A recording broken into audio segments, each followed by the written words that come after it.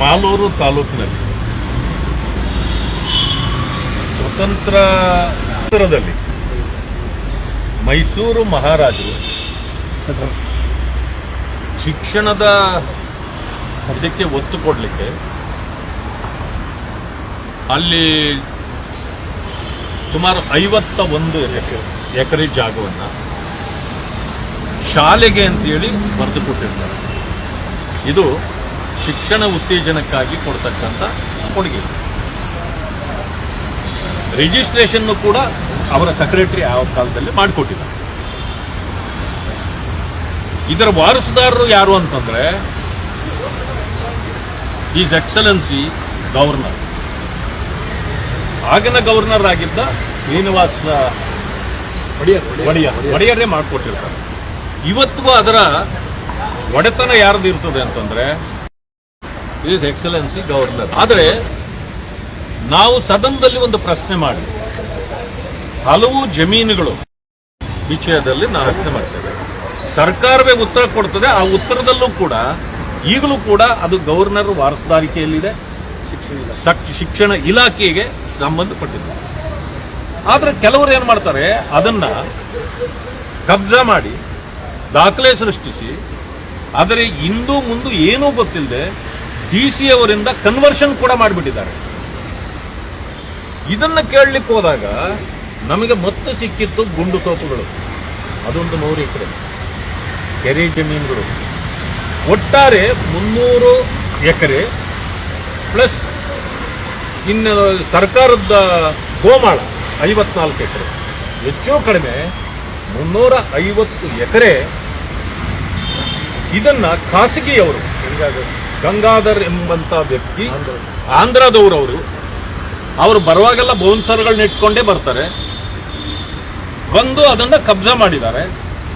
ಇದಕ್ಕೆ ತಹಸೀಲ್ದಾರ್ ಮೊದಲುಗೊಂಡು ಎಲ್ಲರೂ ಕೂಡ ಇದಕ್ಕೆ ಅವ್ರಿಗೆ ಸಪೋರ್ಟ್ ಮಾಡಿದ್ದಾರೆ ಅನ್ನೋದು ಈಗ ನೇರವಾಗಿ ಕಂಡು ಬರ್ತಾರೆ. ಈ ವಿಷಯವನ್ನ ನಮ್ಮ ಸ್ಥಳೀಯ ಮುಖಂಡರು, ವಿಶೇಷವಾಗಿ ಮಾಜಿ ಶಾಸಕರಾಗಿರ್ತಕ್ಕಂಥ ಮಂಜುನಾಥ್ ಗೌಡರು ಇದನ್ನ ಹೊರಗೆ ತರ್ತಾರೆ. ತಂದು ಈಗ ಡಿಸಿ ಅವರಿಗೆ ಅರ್ಜಿ ಕೊಟ್ಟರೆ ಅದು ಏನೂ ಆಗೋದಿಲ್ಲ. ಯಾಕಂತಂದ್ರೆ ಅವರೇ ಅದನ್ನ ಕನ್ವರ್ಷನ್ ಮಾಡಿದ್ದಾರೆ. ಅವರು ಹಿಂದೆ ಮುಂದೆ ನೋಡಬೇಕಾಗಿತ್ತು. ಯಾವುದೇ ಕನ್ವರ್ಷನ್ಗೆ ಹೋದ್ರೆ 50 ವರ್ಷದ ದಾಖಲೆಗಳು ತೆಗೆದು ನೋಡ್ತಾರೆ. ಇದು ಒಂದು ತಿಂಗಳು 2-3 ತಿಂಗಳ ಹಿಂದೆ ನೋಡಿದ್ರು ಕೂಡ ಅದು ಸರ್ಕಾರಿ ಜಮೀನು ಸ್ವತ್ತಾಗಿದೆ, ಅದನ್ನ ಕನ್ವರ್ಷನ್ ಮಾಡಿ ಆಗಿ ಹೋಗಿದೆ. 4 ಮಂತ್ಸ್ ಆಗಿದೆ, ಅಷ್ಟೇ ಆಗಿದೆ. ಅದಾಗಿದ ಮೇಲೆ ಈಗ ತಹಸೀಲ್ದಾರರು ಅದನ್ನ ಬಿಡುಗಡೆ ಮಾಡಬೇಕಾಗುತ್ತೆ. ಸರ್ಕಾರಿ ಜಮೀನು ಅದನ್ನ ನಮ್ಮ ಹದ್ದುಬಸ್ತಿಗೆ ತಗೋಬೇಕು ಅನ್ನೋ ಕಾರಣ ಬರುತ್ತೆ. ನಮ್ಮ ರೆವಿನ್ಯೂ ಸೆಕ್ರೆಟರಿ ಅವರು ಆದೇಶ ಮಾಡ್ತಾರೆ, ಅದನ್ನು ವಾಪಸ್ ತಗೊಳ್ಳಕ್ಕೆ ಹೋಗಿ ಅದರ ಬದಲಾಗಿ ಅವರ ಜೊತೆಗೆ ನಿಂತು ಕಾಂಪೌಂಡ್ ಹಾಕಿಸ್ಕೊಡ್ತಾರೆ ತಹಸೀಲ್ದಾರರು. ಇದನ್ನ ವಿರೋಧಿಸಿ ಈಗ ಆಹ್ವಾನದ ಮೇರೆಗೆ ಹೋಗಿದ್ದ ಮಾಜಿ ಶಾಸಕರಾದ ಮಂಜುನಾಥ್ ಗೌಡರು ಮತ್ತೆ ಕೃಷ್ಣಪ್ಪ ಅವರು ಅವ್ರ ಮೇಲೆ ಟ್ರೆಸ್ಪಾಸ್ ಕೇಸ್ ಹಾಕಿಸ್ತಾರೆ. ಇದು ದೊಡ್ಡ ವಿಷಯ ಆಗುತ್ತೆ. 350 ಎಕರೆ ಜಮೀನುಗಳನ್ನ ಅಲ್ಲ, ಅದು ಇಲ್ಲದೆ ಇದು ಇಷ್ಟು ನಡೆಯಲಿಕ್ಕೆ ಸಾಧ್ಯ ಆಗೋದೇ ಇಲ್ಲ. ಇದರ ಹಿಂದೆ ಅಲ್ಲಿನ ಸ್ಥಳೀಯ ಶಾಸಕರುಗಳು ಅವರೆಲ್ಲ ಇದ್ದೇ ಇರ್ತಾರೆ. ಯಾಕಂದ್ರೆ ಅವರೇ ಮಾಡ್ಕೊಳಕ್ಕಾಗಲ್ಲ, ಥರ್ಡ್ ಪರ್ಸನ್ ಅನ್ನು ಇಟ್ಟು ಎಲ್ಲ ಮಾಡ್ತಕ್ಕಂಥದ್ದು ಇದು ಪ್ರಾಕ್ಟೀಸು ಪದ್ಧತಿಗಳು.